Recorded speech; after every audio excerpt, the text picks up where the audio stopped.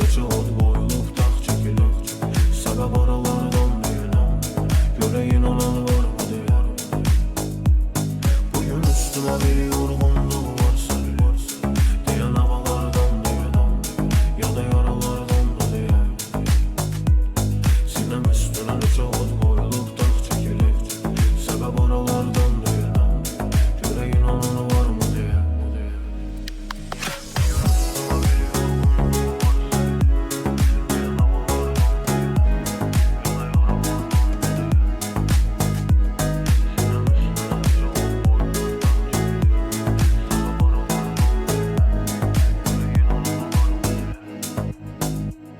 Məni saxlama ürəyinin içində getsən, mən nə bilim kim gələcək, gedəcək.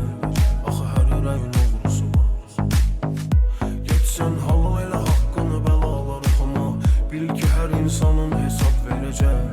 Yanlışı var, doğrusu var. Gedib axtarma başqa yerlərdə sevgini, inan o həmin məhəbbətin mənim içimdə sonsuzu var. Bir də güvənmə getdiyin dağın zirvəsinə, bəlkə güvəndiyin dağın hündürlüyü qorxusu var. Bugün üstümə bir yorğunluq var sərilir, deyən havalardan deyiləm, ya da yaralardan da deyə. Sinəm üstünə neçə od qoyulub dağ çəkilib. Səbəb aralardan deyiləm, görəyin olan varmı deyə. Bugün üstümə bir yorğunluq var. Этот парень вложился в растущие акции. В своих успехах в реальности, а не в соцсетях. Получи пошаговый гайд по первой сделке прямо сейчас.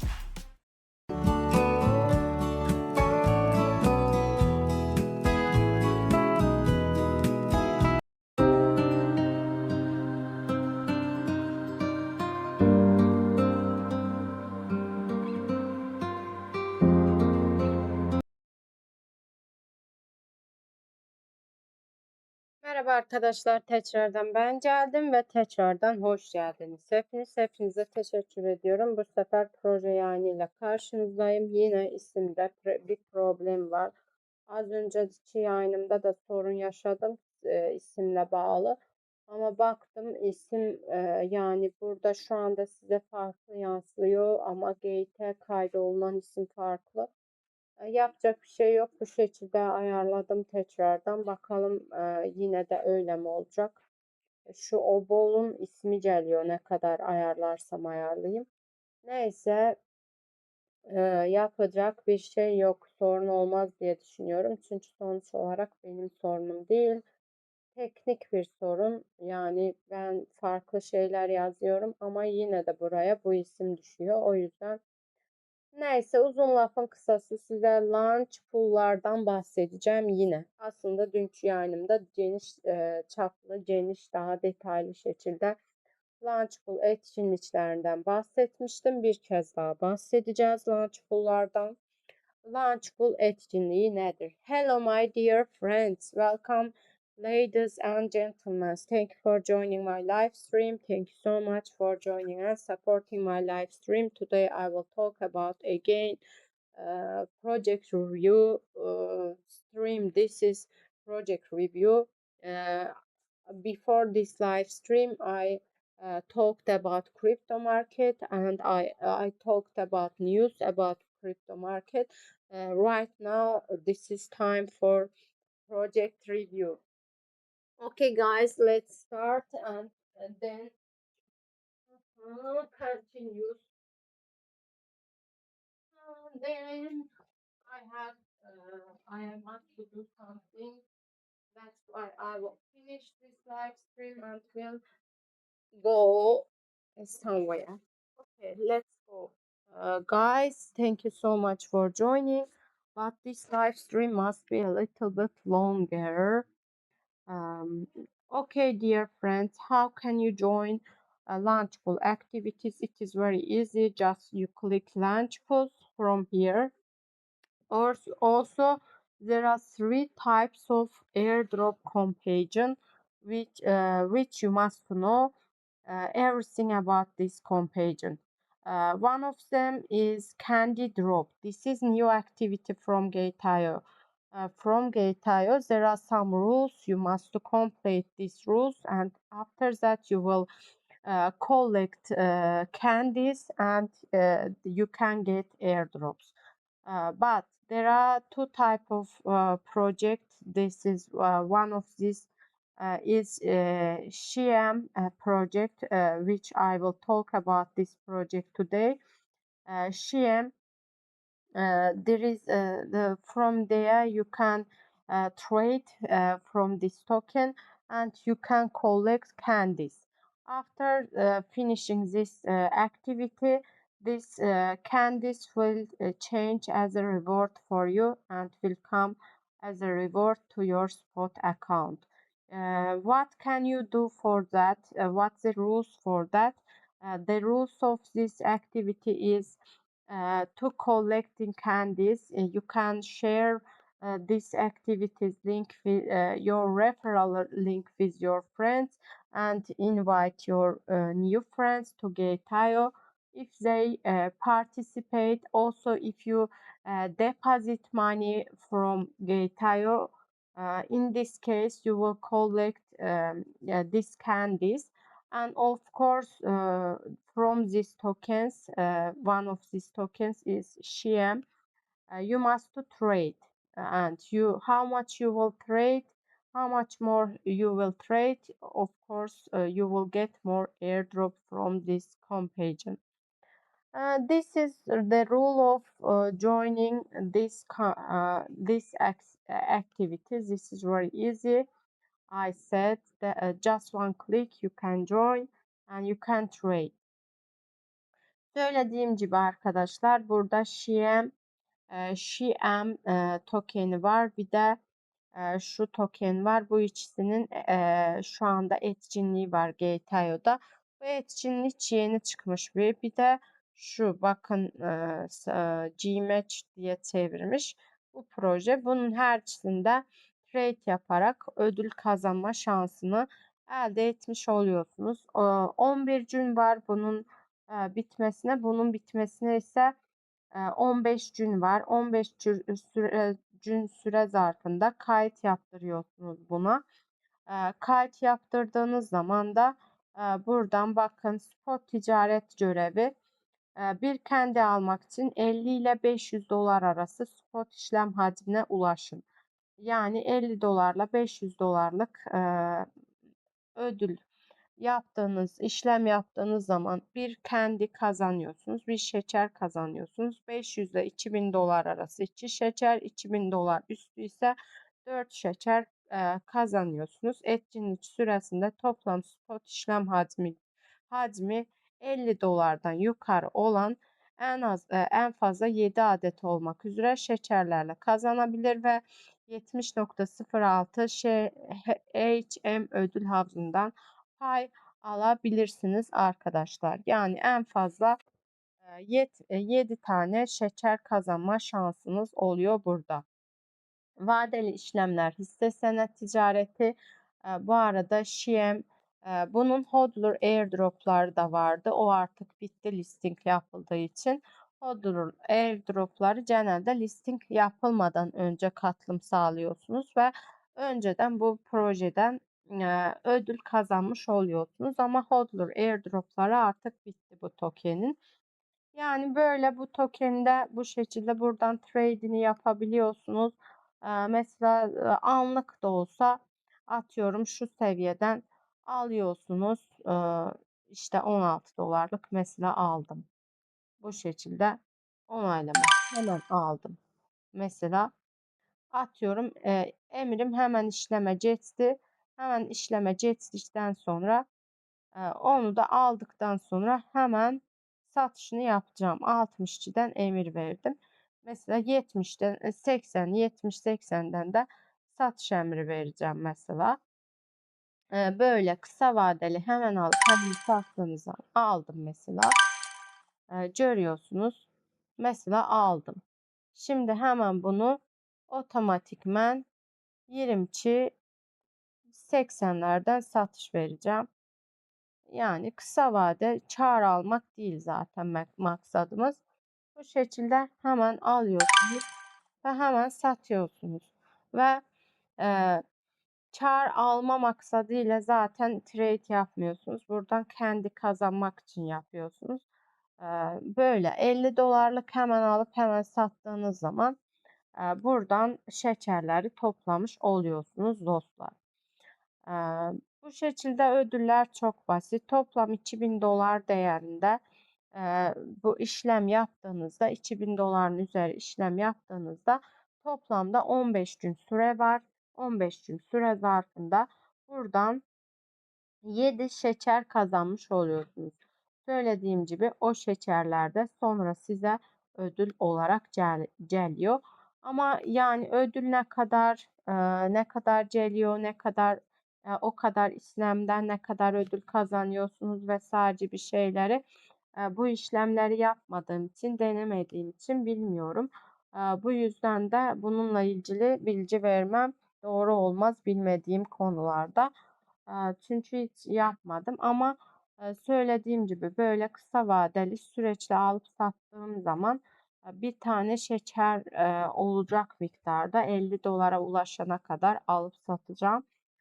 Bakalım sonra bakacağım ne kadar miktarda yani ne kadar oluyor. Ve böyle yapıyorsunuz. Buradan da ödül kazanmış oluyorsunuz. Tabii ki büyük miktarlarla yaptığınız zaman, büyük miktarlarla yaptığınız zaman büyük de karlar almış olacaksınız. 73'ten almışım. Niye öyle yani? Yani bu şekilde arkadaşlar. Deneyebilirsiniz. İsterseniz denersiniz, isterseniz de denemezsiniz. Ama yeni token olduğu için sıkıntılıdır. Metin hoş geldin. Teşekkür ediyorum katıldığın için yayınıma. Nasılsın Metin? Ne var ne yok? Yani bu kendi etkinliğinden de bahsetmiş olduk burada. Şimdi gelelim Hodler Airdrop kısmına. Hodler Airdrop kısmında zaten bunu her zaman sizlere görüşemiyoruz. Aynen Metin az önce 5 dakika önce bir yayınım daha vardı. Onu kapattım hemen buna geçtim.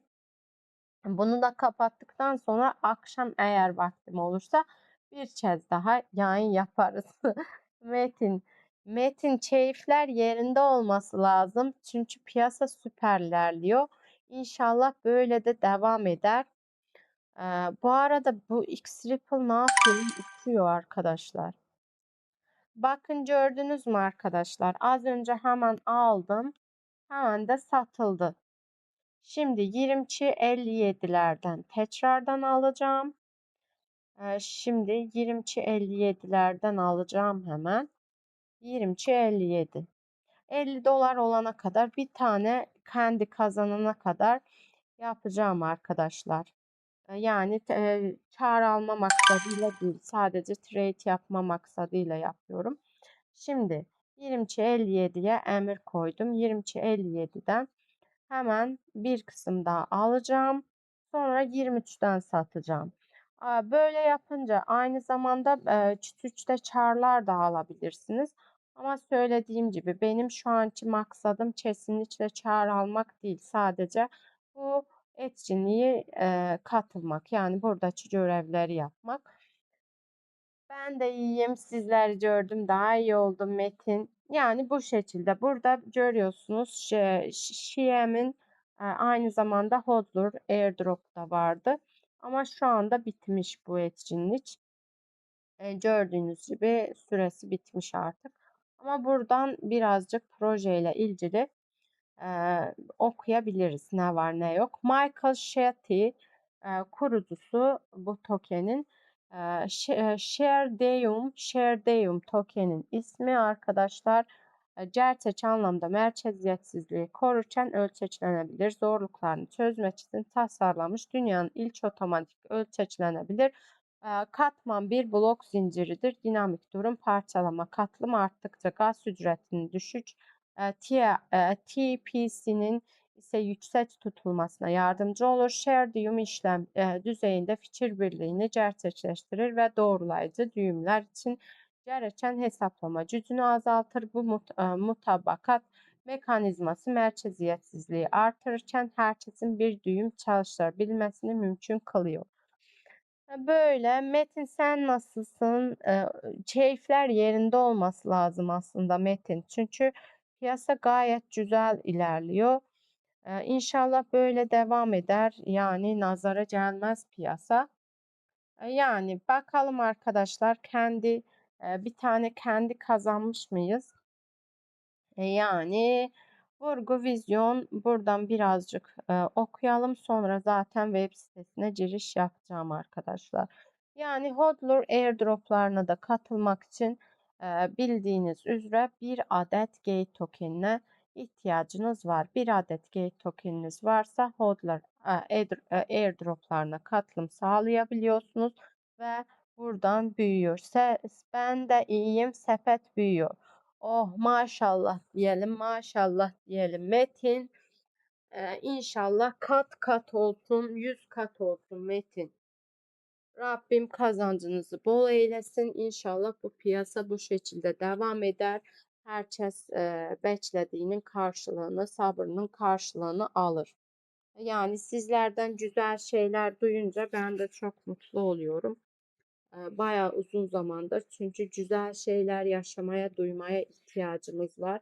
Piyasa açısından bayağı bir dönem herkesin morali, işte sabrı tükendi, sinirler gerildi. Ama inşallah bu andan itibaren yavaş yavaş toparlanmaya başlayacaktır piyasa Allah'ın izniyle.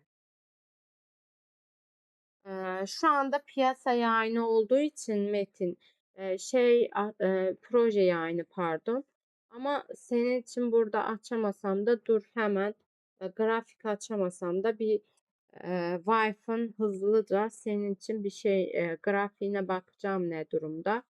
Wi-Fi ondan sonra bugün iyi yükselmiş. Wi-Fi iyi yükselmiş. Oo bakalım. Sende var mıydı Vive? Vive benim sevdiğim bir proje. Metin. Eskiden takip ettiğim bayağı da güzel bir karlar aldım. Daha sonra en son neredeyse 4 dolar, 5 dolara az kalmıştı. O zamanlarda tercih ettim Vive'ı. Ama süper ilerliyor. Bu arada X-Ripple da güzel gidiyor. X-Ripple beşlilerden yine kaşındım. Metin küçük bir miktar aldım. Yani öyle büyük miktar değil de 10-15 dolar civarı almıştım. 0.89'lardan almıştım. Bayağı neredeyse 1x civarı bir artıdayım şu anda. Aldığım miktardan 1x yukarıdayız. Yani istediğim hedefe gelirse yaklaşık 5-6x ile çıkmayı umut ediyorum inşallah. Ama tabii ki söylediğim gibi bu benim bir düşüncem. Tam tersi de olabilir. Ama bakar mısınız şuradaki direnç zaten direnç bölgesi 0.19. 19'a yükselirse çok güzel bir e, kar marjı bırakır ama yani çok riskli yine dediğim üzere. Ama risk aldık ya bir şere. Çünkü benim elimde bir bahçeye vardı. Zaten o küçük bahçeleri dönüştürdüm. Ya hero ya mero. Zaten orada batmıştı. Ha orada batacağına ha burada batsın dedik. Shardium minimum işlem maliyeti sunar, yüksek ağ performansını destekler, kullanıcılar ile doğrulayıcılar arasında eşit katılımı teşvik eder. Shiem tokeni topluluk odaklı adil bir dağıtım modeli aracılığıyla sürdürülebilir büyüme, ağ güvenliğini güçlendirme ve ekosistem gelişimini teşvik etmek için oluşturulmuştur. Shiem Shardiyum yerel tokenidir. Gaz ücretlerini ödemek, düğüm operatörlerini teşvik etmek ve ağ staking yoluyla güvence altına almak için kullanılır. Token geliştiriciler, kullanıcılar ve katkıda bulunan ödüllendirici ekosistem büyümesinde merkezi bir rol oynuyor.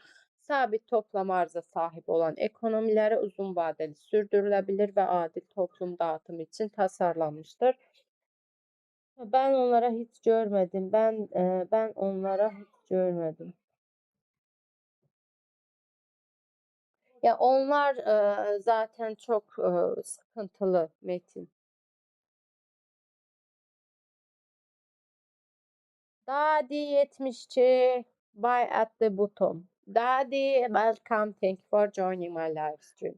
Şerdim doğrusal ölçeçlenebilir elde etmek için dinamik durum parçalama, kullanım, EVM uyumu, katmanlı blok zinciri, bir geleneksel blok zincirlerinden farklı olarak şerdim A eyalet düzeyinde parçalara ayırıyor ve böylece yeni düğümler katıldıkça daha fazla işlemin gerçekleştirilmesine olanak sağlıyor. Parçalar arasındaki atomik birleştirilebilirliği garanti altına alır.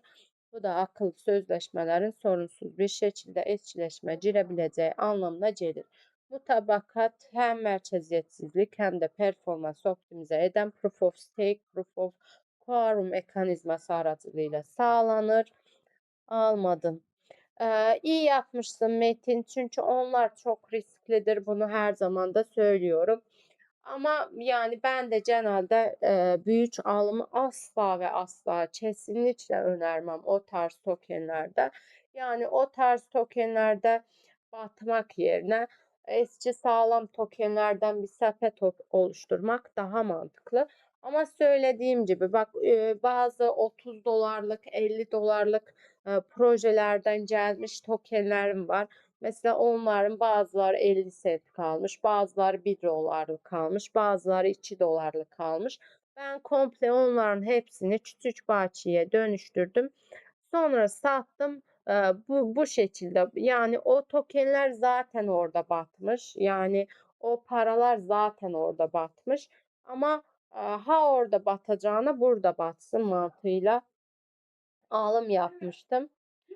Çünkü söylediğim gibi zaten oradaki o karı, o zararı telafi edemezdim. Çünkü şu anki yani ne kadar da yükselse bazı eski sağlam tokenler tabii ki de tekrar geri dönüşünü yapacaktır. Ama yeni token çoğunlukla elimde eriyen tokenler, yeni tokenler olduğu için yeni tokenlerde telafi yoktur. Eski tokenler muhakkak toparlar, eski moduna dönür. Ama yeni tokenlerde yani söylediğim gibi batmış bir şey. Onu da ben bu şekilde değerlendirmesini yaptım. Ama kesinlikle ciddiyim işte 100 dolarlık, 500 dolarlık onlardan alayım. Onun yerine öyle zaten 500-600 nakitim varsa gider Ondo alırım, gider X-Triple alırım, ne bileyim Injective alırım, Chainlink alırım. Ama kesinlikle öyle büyük bahçeyle gidip ETF almam arkadaşlar. Gerçekten yani onlar piyasa düştüğü zaman telafisi olmayan hatalar. Token dağıtım oranı ve kilit açma kuralları satış 91.4 91 milyon 444 ŞVM 36.72 faiz, takım 30.6 faiz, vakıf 22.44 faiz, Eko ve airdroplar için 10.22 faiz olacak şekilde dağıtım planları verilmiştir. Bu arada risk hatırlatmasında yapmayı mutlaka ihmal etmiyoruz. Bu tarz tokenler yani yeni tokenler aşırı risklidir ve aşırı piyasa oynaklığı yüksektir arkadaşlar. Genel olarak hodler airdroplar kısmında gelecek olursak hodler airdropları katılım yapmak için bir adet gate tokenine ihtiyacınız vardır. Bir adet gate tokeni olan minimum bir adet gate tokeni olan herkes hodler airdroplarına katılım sağlayabiliyorlar. Ama yani adet miktarınız ne kadar fazlaysa doğal olarak buradan kazanmış olduğunuz airdrop miktarı da bir o kadar fazladır. Bunu da söylemiş olalım. SVM'de tekrardan bir emir koyduk. Hadi bakalım 57 seviyesine. Eğer gelirse oradan bir kez daha alıp satsam o zaman bir tane kendi kazanmış oluyorum arkadaşlar. Yani bu kendiyi sizler için yaptım. Yani kendilerden ne çıkıyor ne kazanıyoruz.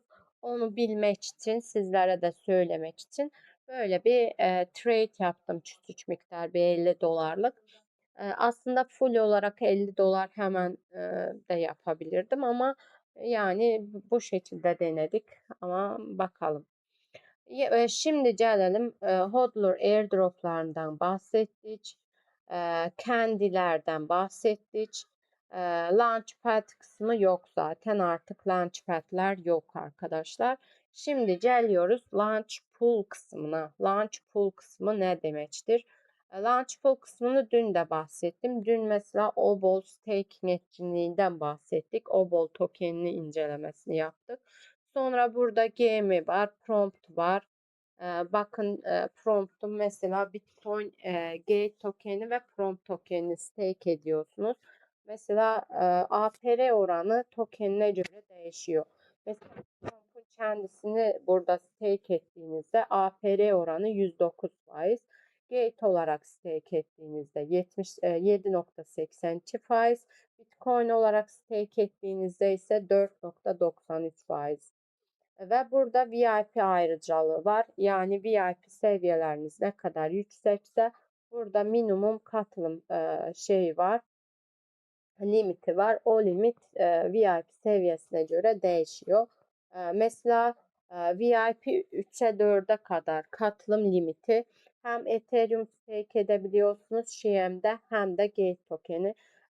Gate tokeninde Jetro oranı 6.69%, Ethereum'da ise 3.41% olacak şekilde Jetro oranı. Yani burada da VIP 4'e 3'e kadar limit 1000 gate tokeni, VIP 0'lar ve 3'e kadar olan 1000 gate limiti var. Ancak VIP 4, VIP 5, VIP 6 ve 16'ya kadar olan VIP seviyeleri burada yüksek miktar stake etme ayrıcalığına sahip. Ve aynı zamanda Ethereum 300 Ethereum'dan yukarı 1800 Ethereum'a kadar stake etme şeyi var arkadaşlar. Görüyorsunuz toplam katılımcı sayısı 4960.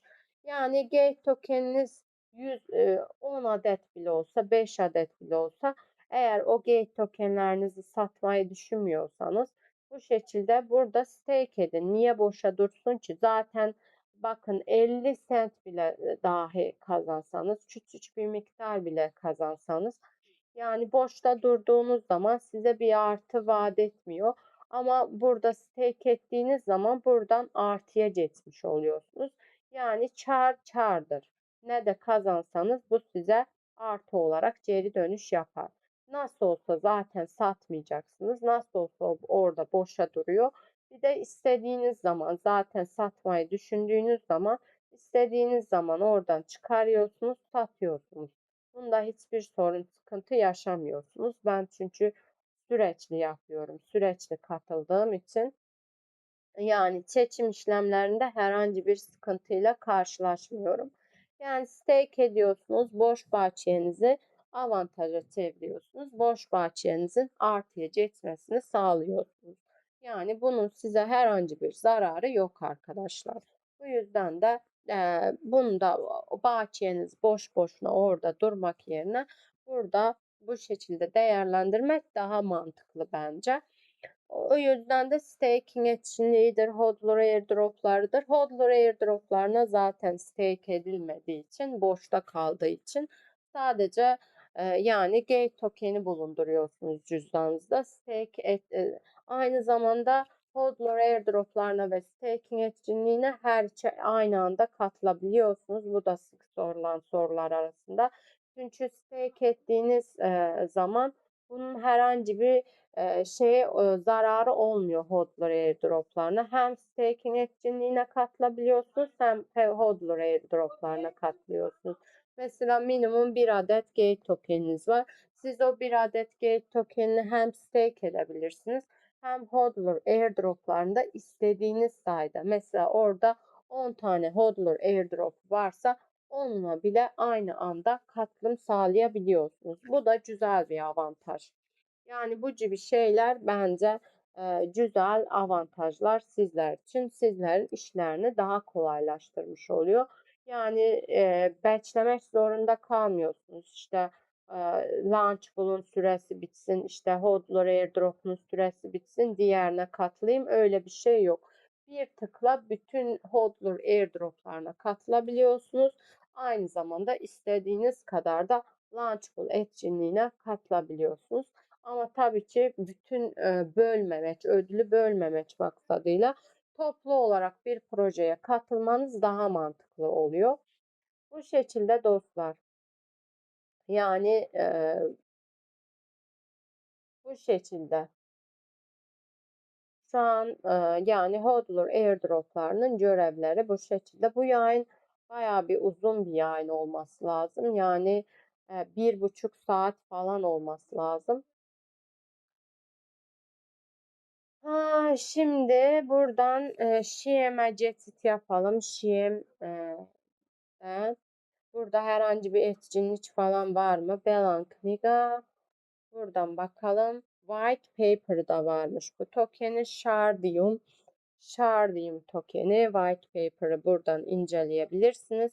Tabii ki bizim bu Shardium tokeninin White Paper'ını incelemeye o kadar zamanımız yok.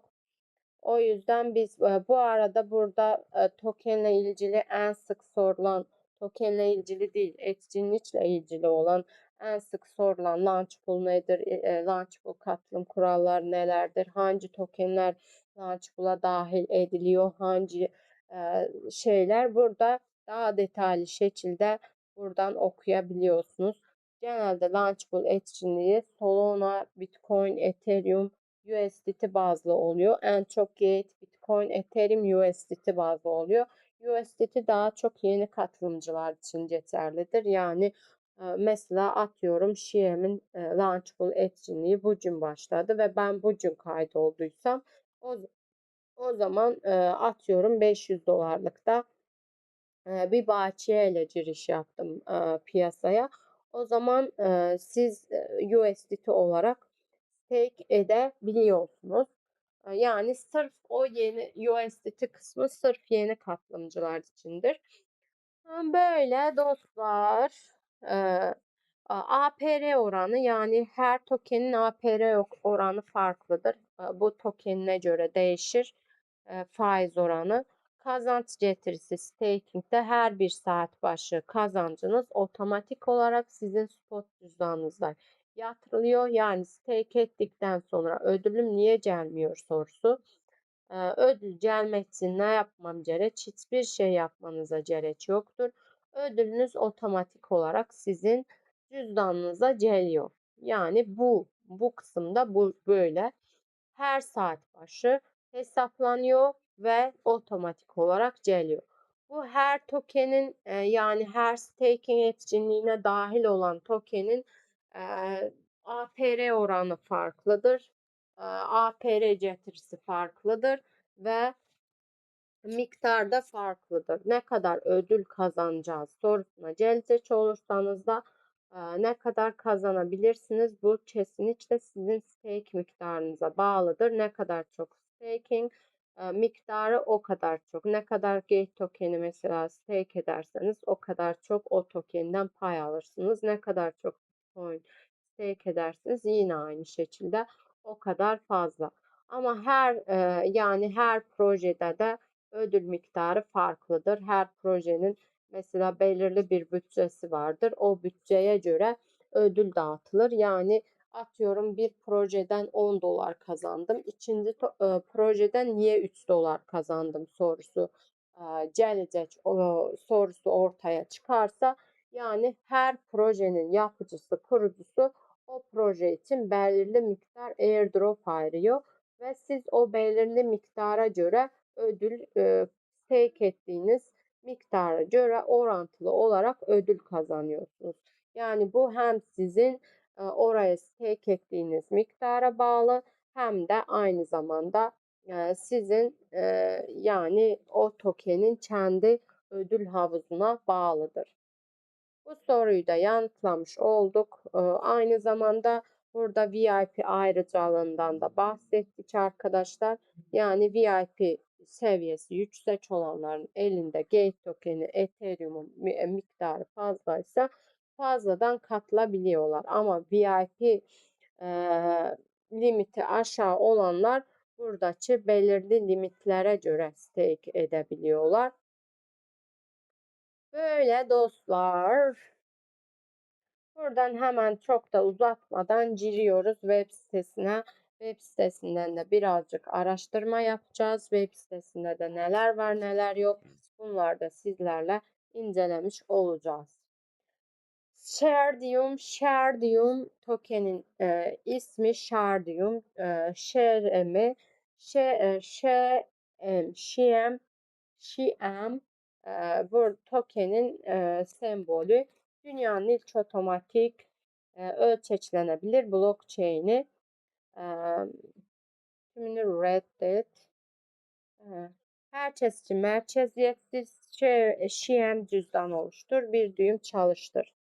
Yani buradan cüzdanınızda oluşturabiliyorsunuz. Her zaman uygun fiyatlı, artık öngörülemeyen gaz ücretleri yok veya işlem yapmanın ne zaman şuradan bakalım fiyat.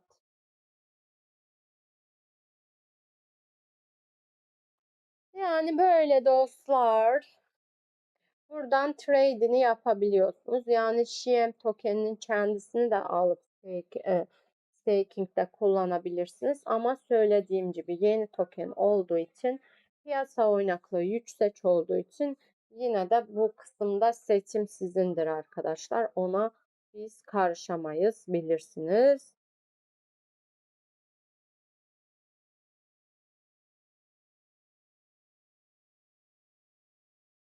Neyse dostlar, 2 dakikalık bir içeriye kadar gidip geleceğim. Bakalım, şurada videosu falan olsaydı açardım ben gelene kadar. 2 dakikalık müzik açalım. Hemen geliyorum, içeriye kadar gidip gelmem gerek. Hiçbir işim var. Devam edeceğiz. Zaten uzun bir yayın.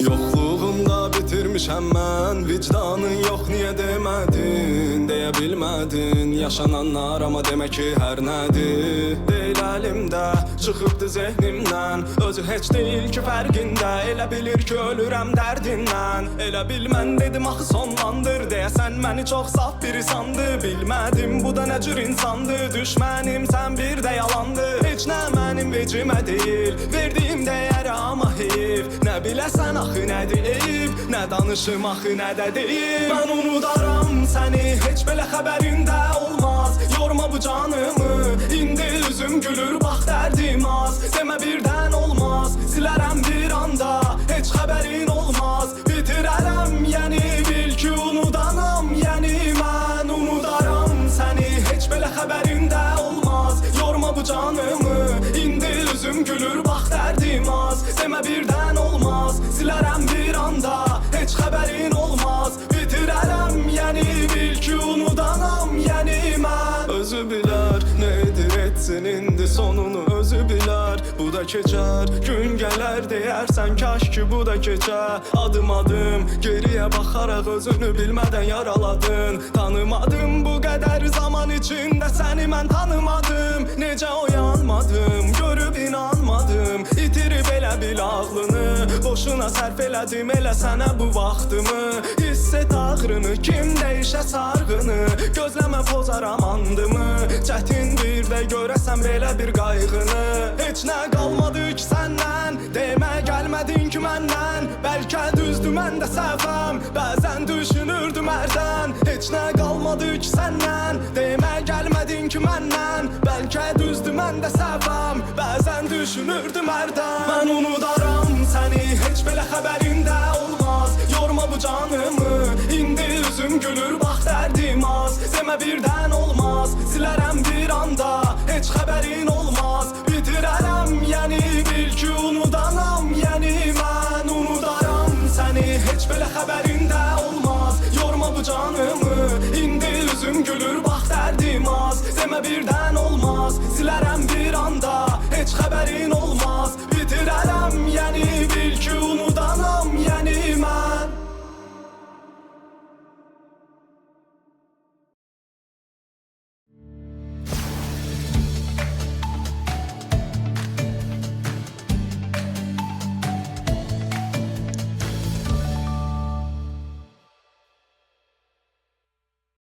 dərhal ovturma və sızmalardan qorumağa kömək edən cip Pampers Premium Care.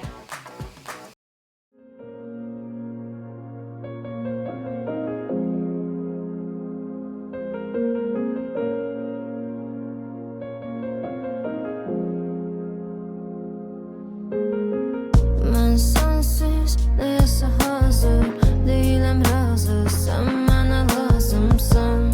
Herkes gelir bu yazı kalın ağzı. Sen bana lazımsan. Sensiz neyse hazır değilim razı. Sen bana lazımsan.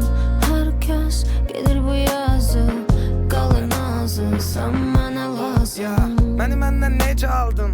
Heyf ki mən gecə ayıldım.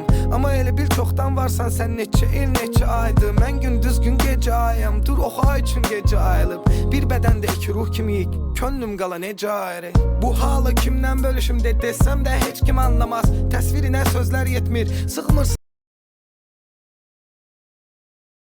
Evet arkadaşlar, geldim. Hemen 2 saniye daha bir işim var. Onu da halledeyim. Devam ederiz kaldığımız yerden Lunchpool etkinliklerine. Yani böyle dostlar.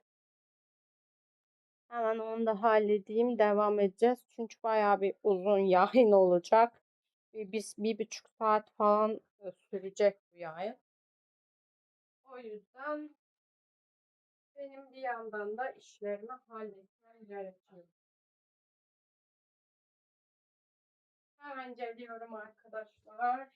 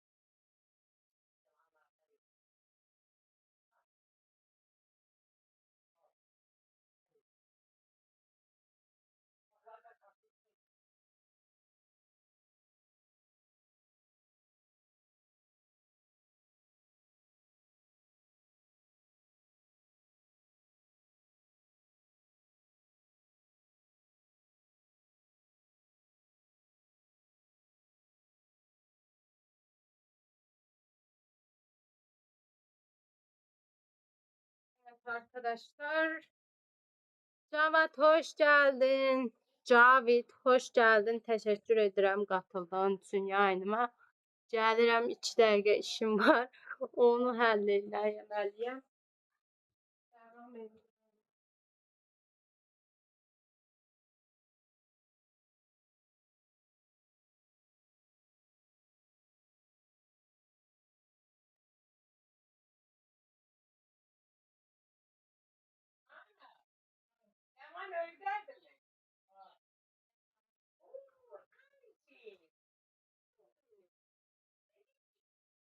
Cavit, necəsən? Ne var ne yok? Ne yapıyorsun? Yayıncılık nasıl gidiyor? Ben yine bir şeyler, işlerim var. Hem bir yandan onları halletmeye çalışıyorum. Yani Projemiz bu şekilde dostlar. Devam edeceğiz reklamlardan sonra.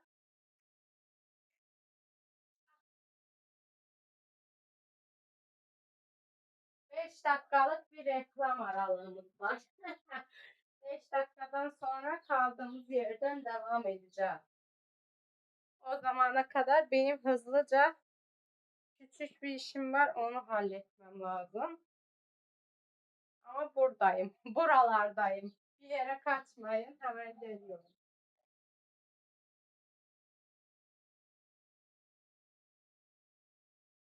Kim geldi? Cavit. Ne desem? Cavit evin içinde bir o yana bir bu yana kaçıyorum. Bir yandan yayın bir yandan işim gücüm. Hemen geliyorum. Bekleyin 2 dakika daha.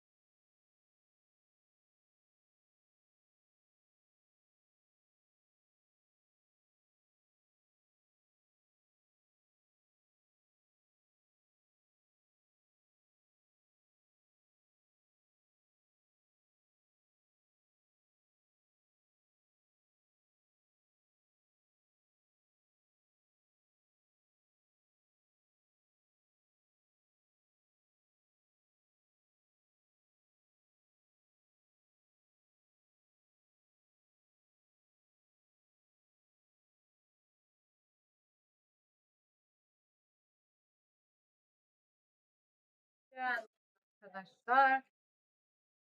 Kaldığımız yerden yola devam. Cavit ne yazmışsan geldim. Tamam geliyor.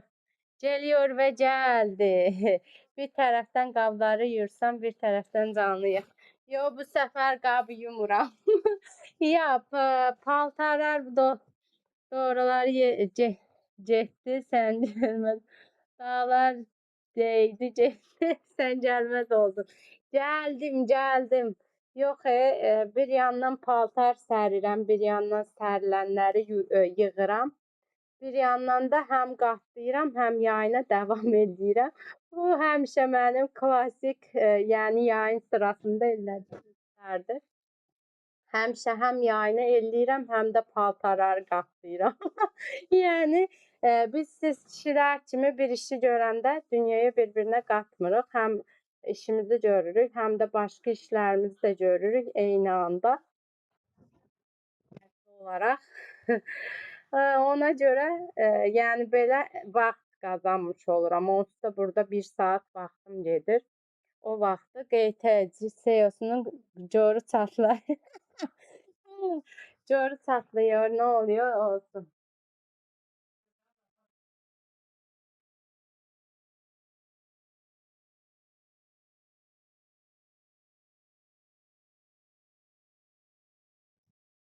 Evet. Siz bir iş görəndə aləmi qatırsınız bir-birinə. Biz də eyni anda 100 dənə işi görə bilirik Cavit bəy. Yəni Şiyəm projesindən devam eləyək dostlar. Hiçbir şey olmamış gibi yola devam buradan. Yani diğer konulara geçeceğiz şimdi. Bir taraftan da projemizin kısmına bakalım. Çok her zaman uygun fiyatlı, artık öngörülemeyen gaz ücretleri yok ve işlem yapmanın ne zaman uygun olacağını tahmin etmek zorunda değilsiniz.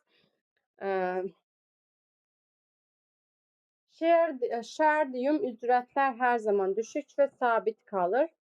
Her zaman ölçeklenebilir. Kullanıcı sayısı ister binlerce ister milyonlarca olsun. Şardiyum talep arttıkça otomatik olarak ölçeklenir. Cinci'ye ne tez proje başladı? Cinci ile mən tez projeyi başladık. Mən bitirmişdim. Birini dünən gecə bitirmişəm. Biri bu qalıb. Bunu şeyini bilirsinizmi kuralları? Yani normalden 1 saatten uzun olmalıdır. Çözme üçlü çelişki. Ölçeklenebilirlik, dinamik durum parçalama sayesinde işlem düzeyinde fikir birliğine varılır. Bu paralel işlem nedeniyle yüksek hız ve düşük ücretler anlamına gelir. Güvenlik, konsensüs, yöneliş, hisses ispatı ve yeter sayı ispatı yaklaşımımızdan otomatik rotasyon mekanizmamıza kadar her adımda güvenliğe odaklanıyoruz. Aha.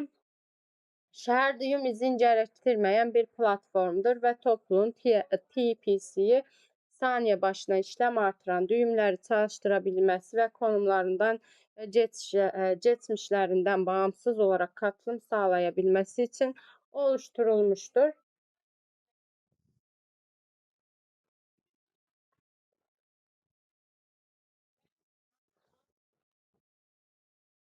Aha, böyle bir proje. Bakalım başka neler var. Şardiyum belgeleri. Beyaz bültenimizi okuyun. Beyaz bülteni çok bir düğüm çalıştır. Doğrula, güvenli hale getir. Şiem kazan. Minimum donanımla. Öğrencilerin deneyimli geliştiricilere kadar herkes şardiyum işlemleri doğrulamak, ağ güvenliğini desteklemek ve karşılığında Şiem ödülleri kazanmak için doğrulayıcı olabilir. Mənə də veriblər bu projeni. Məndə Obol da var idi. Obolu dünən etmişəm. Bunu da əslində səhər tezdən edəcəkdim. Ancaq yazıram. Bax, indi görürsən bunun adını Şiem yazmışam. Yuxarı bax Obol yazılır. Düz 8 dəfə dünəndən yayını silmişəm. Bir daha ayarlamışam. Silmişəm, bir daha ayarlamışam. Olmur. Yenə də Obol gəlir bura. Yenə də o bol düşür. Nə qədər təzdən eləyirəm, düzəlmir. Ona görə məcbur elə belə də açdım. Bəlkə qeyd özü, qeydə yazdım, bildirdim. Dedi özümüz düzəldəcəyik. Görək düzələcəkmi? Səhər, amma bundan bir 5 dəqiqə əvvəl bir yayın yenə açmışdım. O yayında o yayında da o bol yazılırdı. Ancaq o yayının ismi qeyddə yayınımın listəsinə baxanda burada o bol görünür, amma ora Şiem olaraq düşüb. Bilmirəm, yenə nəsə mənim səhər-səhər əsəblərimi alt-üst elədi bu yayın ayarlayana qədər. O bor lanəti səni izləyir. Aynen həqiqətən də elədi. Mikrob kimi çıxmır buradan. Neçə dəfə, yəni neçə cür ayarladım, başqa adlar yazdım, nə elədim, olmadı. Yenə də o bol olur. Mən nə yazıram, o bol gəlir. Nəysə, artıq hər dəfə hər projedə bir oyun çıxarmalıdır məndə. Həmişə nə vaxt proje yayını açıram, mütləq ortasından bir şey çıxır. Ücretsiz şardiyum cüzdan hesabı oluşturun. Finansal geleceğinizi güvence altına alın. Aha, Şiem gönder ve ey. Şiem sınır tanımayan paranızdır. Yol haritası ana A. EVM akıllı sözleşmeler. Testnet. 2025'in ikinci çeyreği. Yani burada da yol haritası verilmiştir arkadaşlar. Yani 2025'in 3. ikinci çeyreğinde, 4. çeyreğinde, 2026'da bizleri neler bekliyor? Onlara buradan takip edebiliyoruz. Yani bu şekilde şardiyum ile sayılar. Burada da geleceğine bir bakış, kamu doğrulayıcılar, topluluk üyeleri, sözleşmeler, işlemler, hesaplar, ekosistem projeleri vesaire. Burada da ne kadar kişi tarafından bu token. Latif 123 welcome, thank you for joining my live stream. Latif, Eagle Eye, welcome. Hello, my dear friends. I am very happy to see you again here. How are you, my dear, my great friend? Eagle Eye, thank you so much. I am very happy to see you again. What happened to our talk stream, Eagle Eye? Did you get admin asked anything? Did you say get him anything about this project, about TalkStream? Because this weekend was great for me, because in weekend I am free. I have free time. That's why I can participate without any problem. But on Monday, that's why every day I am working. Missed you. Thank you so much. I miss you too, my dear friend.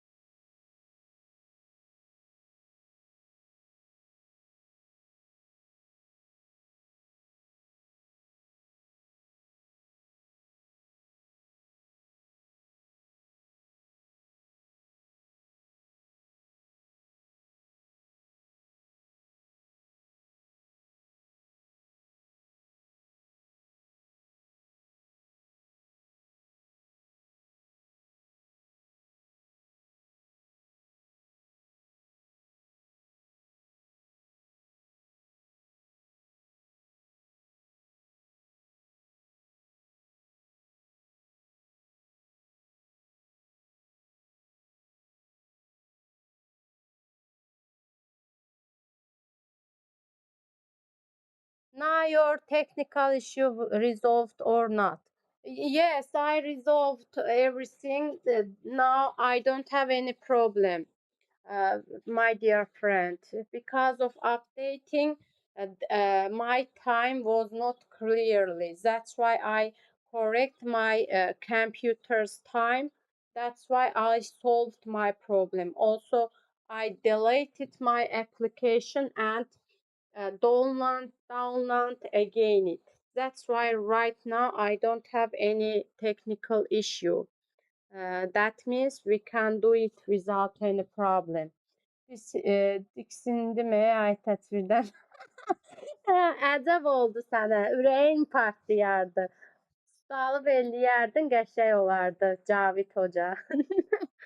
2 dəqiqə arada bir məni çağıranda səsi bağlayıram, sonra birdən açıram. Elə yaxşı olur. Birdən-birə ürək ağrısı tapardın. Neyse arkadaşlar, projemize devam edelim. Hızlı şekilde kapıyı ört, ses bura gəlir. Devam edelim. Jeton ekonomisi 249 milyon şiem, 36,2%, 30 satış 36,72%, takım 30,6%, temel 22,44%, ekosistem ve hava indirimleri 10,23%. Diksin. Yüreğin patlamaya. Yazıksan. So what is the next? I don't know. Eagle Eye, Gate team must to answer us. Firstly, they must to, we must to talk. We must to talk about that and we must to discuss about time. Ben 2 dəqiqədən bir əyiləyir.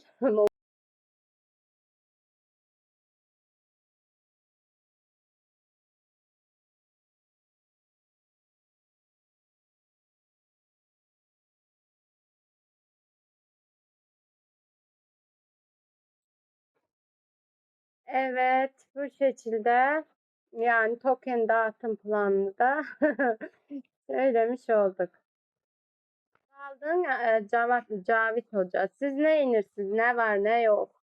Heç Royal'ın sizin yayınlarınıza da denk gələ bilmirəm. Açırsan mı yayın?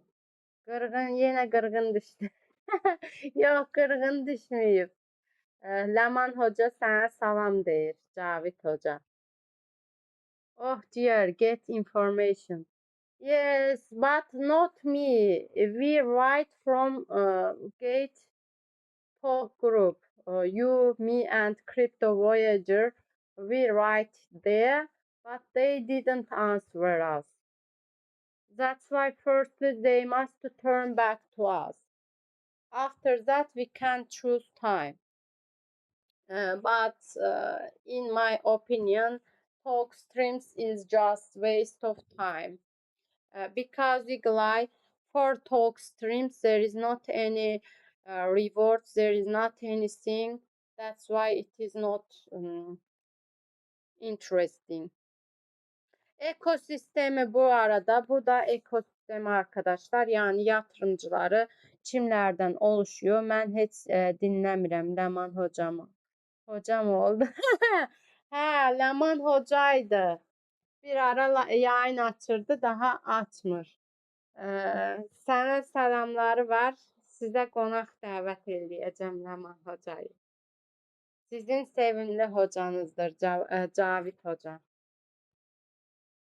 Ayrıca Ləman hocaya sənin ona 100 dolarlık ödül atacağını söyledi. O yüzden ödülünü hazırla. Tegro benzersiz gaz verimliliği ve gelişmiş piyasa araçlarıyla desteklenen IP-bot erişimiyle yüksek frekans zincirçi ticaretleri olanak tanıyan bir Gen 2 Dex'tir.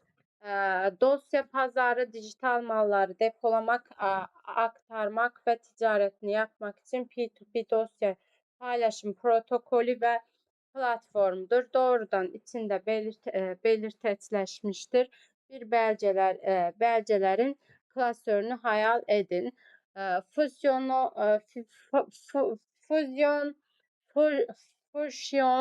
Wave sağlam bir Web3 oyun ve üretken platformu olmayı hedefliyor. Kullanıcılara çeşitli gündelik eğlenceli oyunlar yanı sıra vesaire burada yani bu da ekosistemi. Toplum sürücüler Shardium. Shardium topluluk tarafından desteklenmekte, işletilmekte, kullanılmakta ve yönetilmekte ve yaratılmaktadır. Aha. Yine alım yapıldı galiba 49 seviyesinden. Şuradan yine bunu 23'e satış koyacağım arkadaşlar. 0.23'e. Yani böyle bu şekilde Shardium'da işlem yapmış olduk.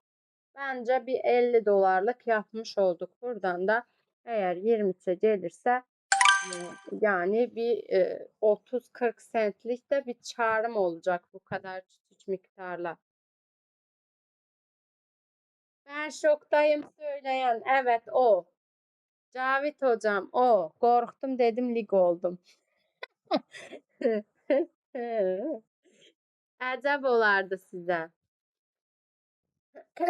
Yox, bu mənim işləmimin səsi idi. Mən burada əmir vermişdim, onun səsidir. Hərdən yayınlarda məndə də elə olur.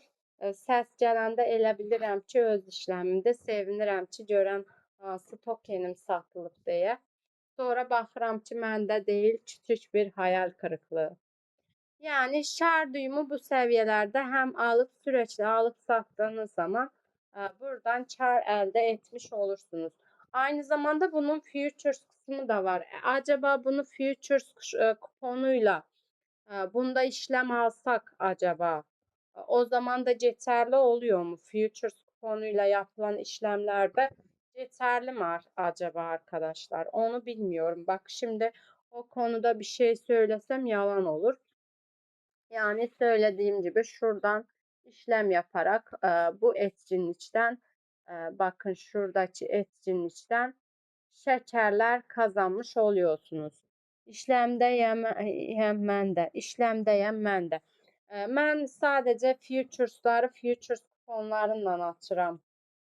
Cavid Hoca. Çünkü başka yani öz cibimdən açmağı məsləhət görmürəm. Bax, satıldı. Satıldı mı galiba? Satıldı. Satıldı. İndi tekrardan 47'den alacağım. 22 47'den. Ay çok eğlenceli. Hemen al. Sattım, yine alırım. Buradan onaylama. Yani bu şekilde görüyorsunuz, yanımda yaklaşık 70-80 dolarlık bir işlem yapmış oldum arkadaşlar. Hacim yapmış oldum. Şimdi buradan gidelim bakalım. Bize şeker vermiş mi? Kaç tane şekerimiz var?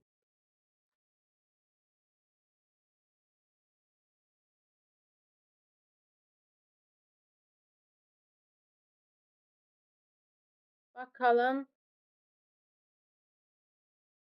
Ödüllerim kısmına gidelim. Hiç ödülümüz yok. Ya bu şeyi anlamaya çalışıyorum arkadaşlar. Bu etkinliği ne işe yarıyor, nasıl işe yarıyor, nasıl işe yarıyor neydi?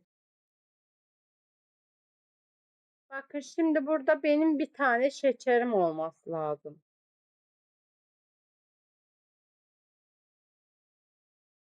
Benim şekerlerim.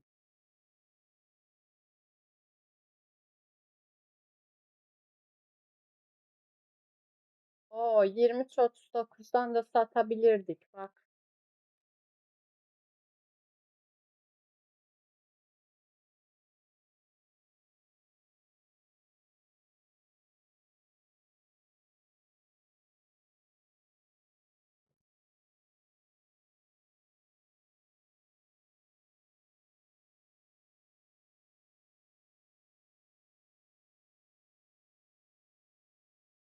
Böyle dostlar.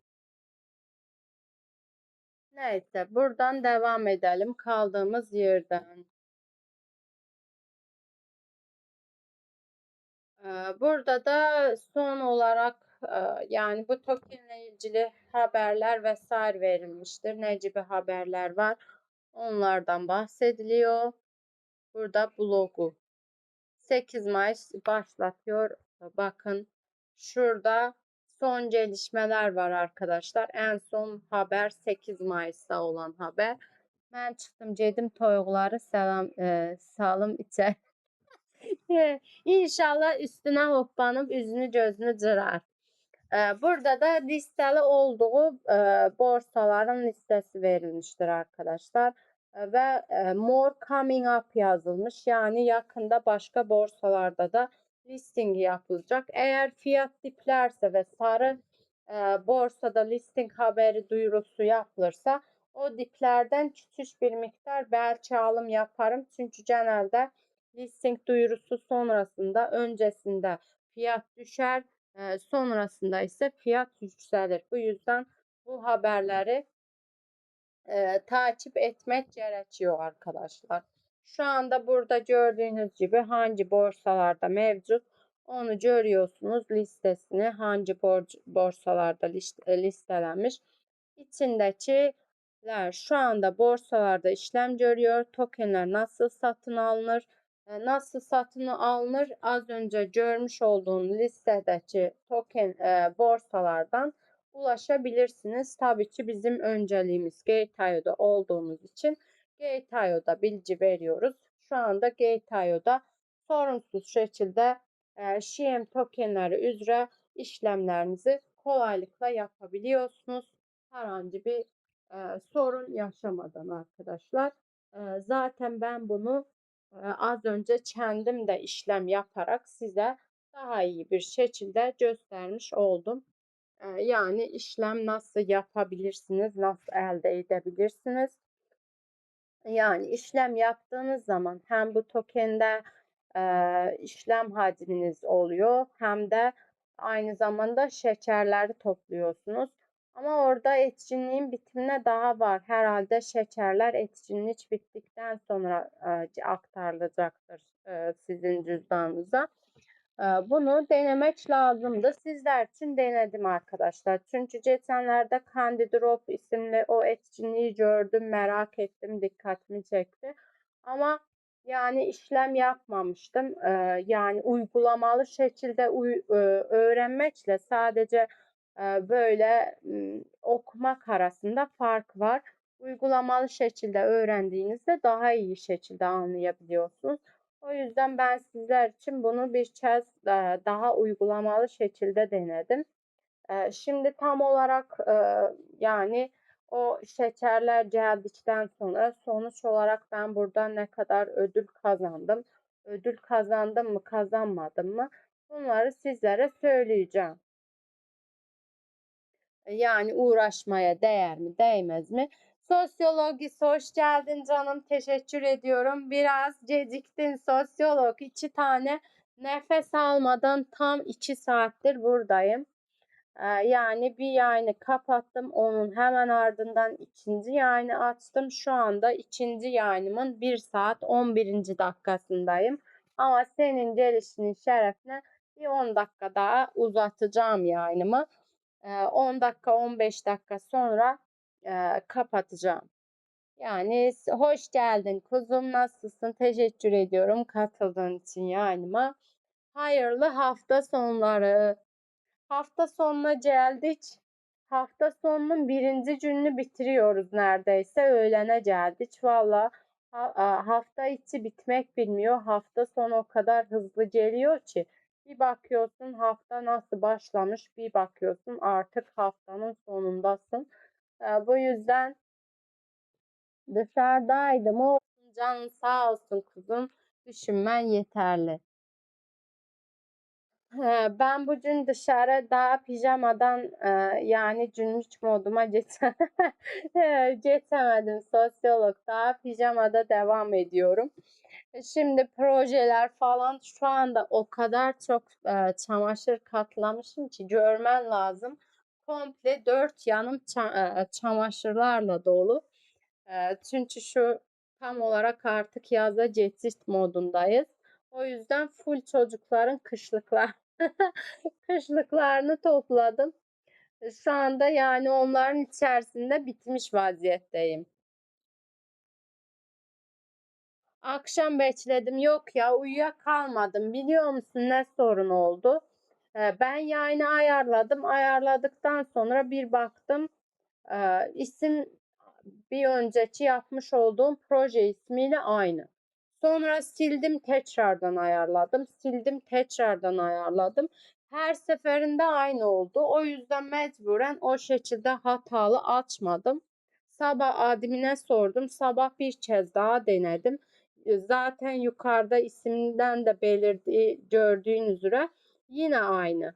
Yani yine dünkü yaptığım projenin ismini bir türlü oradan çıkaramıyorum. Ne kadar proje ismini yazsam, farklı isimler yazsam da yine bu isim düşüyor. O yüzden bayağı uğraştım. Son çare artık yapacak bir şey yok deyip bu şekilde açmak zorunda kaldım. Zaten bir önceki yayınım da aynen. Ama senin hatırın için akşam bir tane gate bittik. Gate bittik. Aynen. Ya akşam bir tane daha açarım yayın. Hiç sorun yok. Hafta sonu zaten ben şu anda bütün full işlerimi bitirdim yayın yaparken. O yüzden akşam bir tane yayın daha açabilirim yani sorunsuz şekilde. O zaman normal bir yayın yaparız. Oradan bol bol laklaklarız. Şem şu anda bu borsalarda işlem görüyor. Tüm listelenmiş 8 Mayıs 2025 yaklaşık olarak 10 AM UTC'de yayına girdi. Bölgesel kullanabilirlik kısıtlamalar için lütfen her borsanın web sitesine bakın. Gördüğünüz gibi bu borsalarda şu an itibariyle işlem görüyor. Bana özel açma, işlerine bak. Ya işlerimi bitirdim zaten, sosyolog. Ben yayın yaparken bak az önce Cavit Hoca bayağı güldü. Evin içinde dolanıyorum, bir koşuyorum, çamaşırlar topluyorum, bir koşuyorum, çamaşırlar seriyorum. O da benimle bayağı eğlendi. İşte geliyorum, gelecek, geldi, geliyor diye. Yani bir 5 dakikalık reklam arası falan verdim. Sonra bütün serilecekleri serdim. Toplanılanları topladım. Geldim, onları da katladım, bitirdim. Aynen inşallah buluşuruz da her zaman böyle önceden diyorum, mutlaka akşama benim ufaklıklar bana bir sürpriz hazırlıyor. İnşallah kısmet olur, akşam buluşuruz. Çünkü bütün işlerimi zaten bu 2 saat yayın aralığında hallettim. Önemli işlerimi. Akşama öyle küçük işlerim kaldı. Onları bitirince zaten evde de kimse olmayacak, çocuklar ve ben dışında. O yüzden bayağı bir bol vaktim olacak. O yüzden o vakti boşa geçirmek istemem. Hazır iş falan yokken sosyolog, bunu fırsata çevirmek lazım bence. Çünkü kuru projeyle hiç gitmiyor. Sen gelmeyince Sunshine'de Erçen atmış da süper o zaman.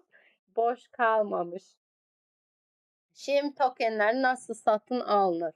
Satın alınma kısımlarını da söyledik. Söylediğim gibi tabii ki satın alma önceliğimiz bizim yerel borsamız olduğu için Gate'den yana önceliğimiz, ama tabii ki işlem sizin şeyiniz, seçim sizindir. Gördüğünüz gibi burada borsalarında listesi verildi, ama bu listedeki borsaların yanı sıra daha fazla borsalarda da listelenecek.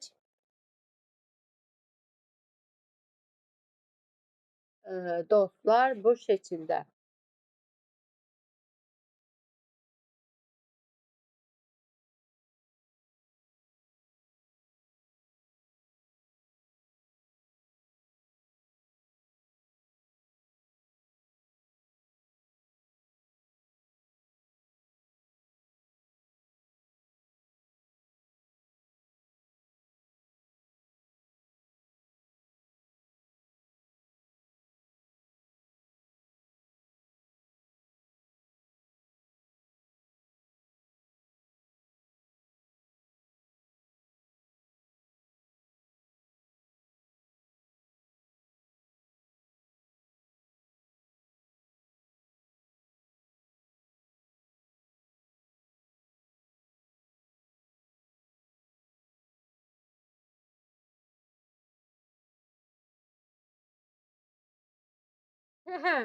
Gelmeyince içimizin şarkısı var. Süper.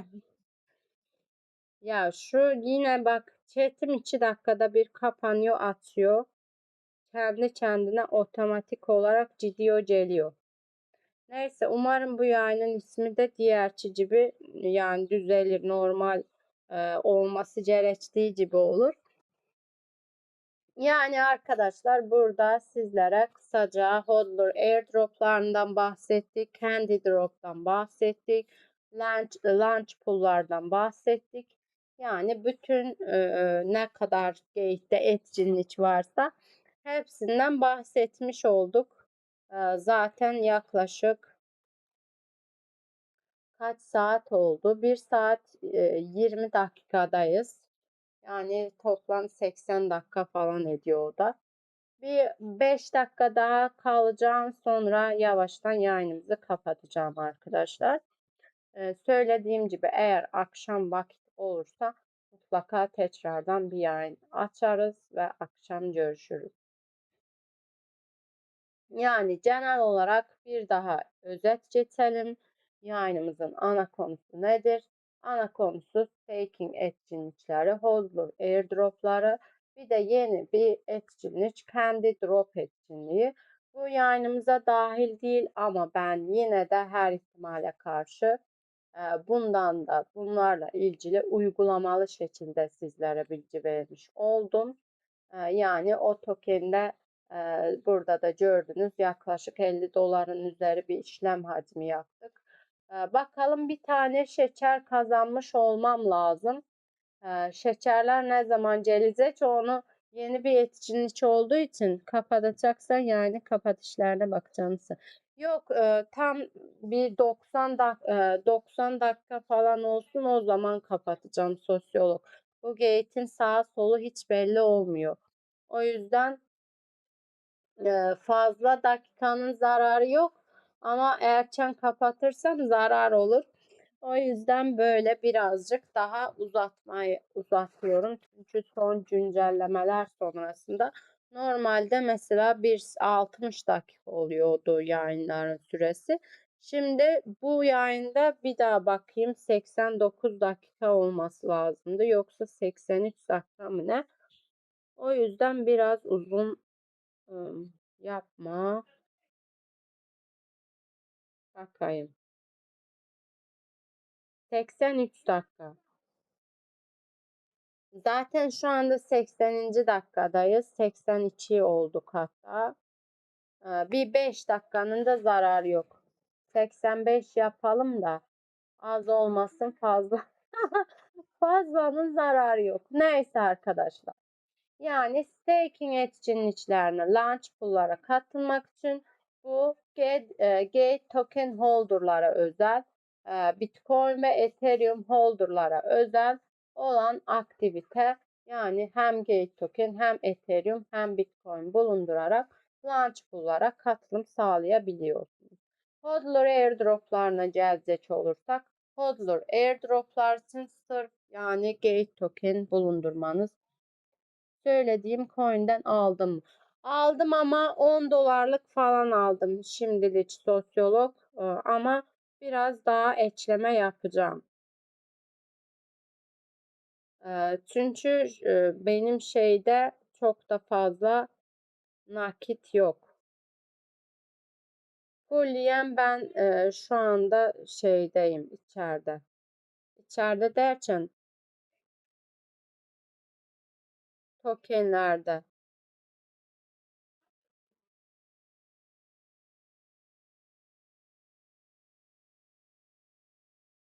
Ama yani süper gidiyor. Bak bir de bu token farklı borsalara listing olarak da listingi başlanırsa o zaman gerçekten çok iyi iş çıkarır sosyolog. Ben bunu keşke biraz aşağılarda nakit olsaydı o zaman girseydim. O zaman çok daha farklı olurdu. Bu arada bu Solana pilot olarak değil mi? Doğru mu almışım sosyolog? Pilot olarak değil mi bu? Doğru almışım. Çünkü ben bu borsada çok fazla işlem yapmadığım için bilmiyorum. Miu yazdım. Pilot olarak geldi. Çünkü oradan pilot olarak aldım. Bilmiyorum doğru mu yaptım, yanlış mı? Böyle dostlar yani launch pool'ların genel olarak ne olduğundan bahsettik ve bugünün ana konusu Shiem tokeniydi. Shiem tokeninden de bahsetmiş olduk. Ödül 110.112 Gate tokeni şu anki. Yani APR oranı Gate token'de 6,29%, Ethereum'da ise 3,2% olacak şekilde. Katılımcı sayısı Gate token'inde 4.984 kişi katılmış. Ethereum'da ise 1.226 kişi katılmış arkadaşlar. Toplam 17.905 Ethereum stake edilmiş. Gate tokeni üzere ise 2.136.144 Gate tokeni stake edilmiş. Normal. Peki burada yazdığımızda niye pilot çıkıyor, normal çıkmıyor? O zaman ben onu satıp normale geçeyim.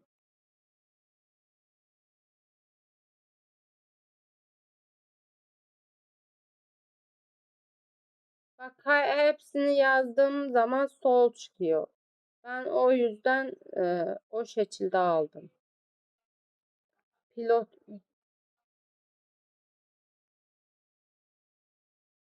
Ben ne yapmışım biliyor musun? Web3'ten giriş yapmışım sosyolog. Şimdi bak ama Web3'de X olarak geliyor. MIUI. Bak şimdi buldum. Allah'ım Allah'ım. Ben giriş yaptım, yanlışa girmişim. Bu ne yapmış? Magma'ya çıkmış sosyolog. 8.0'dan 6.0'a inmiş. Bak 2.0 zaten şimdiye kadar silmiş. Evet, onu satıp normale geçmem lazım.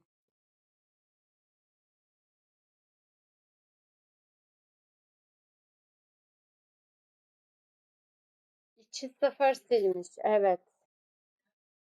Olsun. Olsun sosyolog.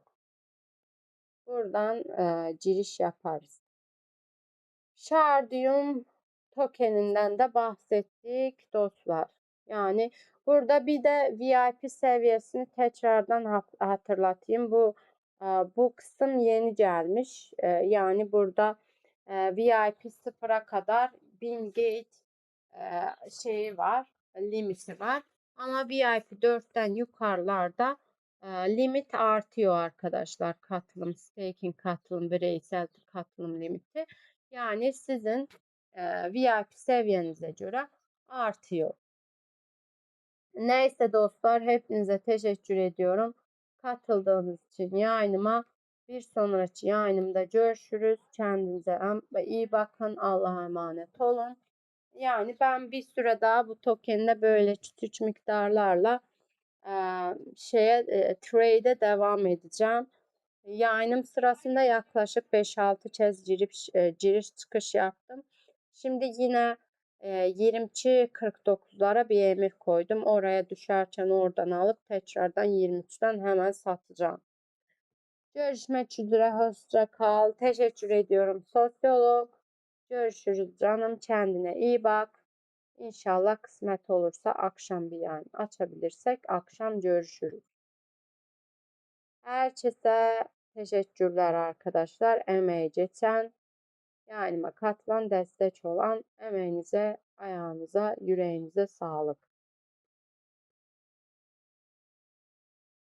Son bir şarkıyla yayınımızı taçlandıraraktan yollarımıza devam.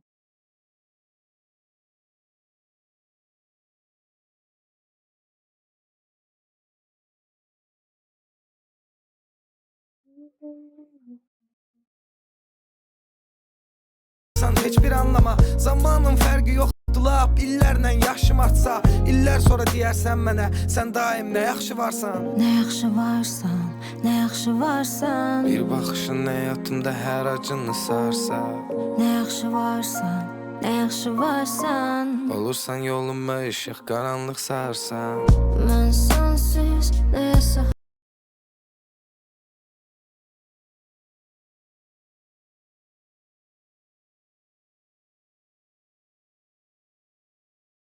hazır deyiləm razı. Sən mənə lazımsan. Hər kəs gedir bu yazı. Sen de gelersin. Canıma da var, sen bana da var.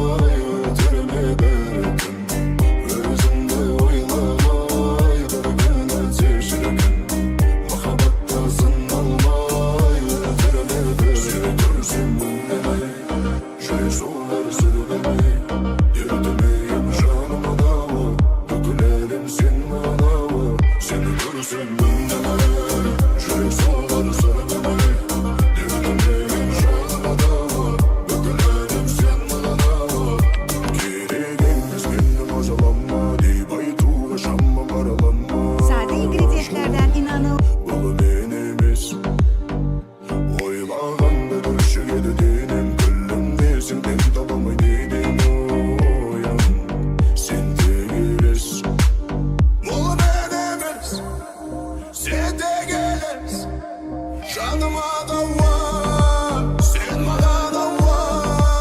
Sen de gelersin, bunu bilemezsin. Жүрек соғар сыр бермей, ерітмейім жаныма дава. Бүкіл әлем сен маған ауа.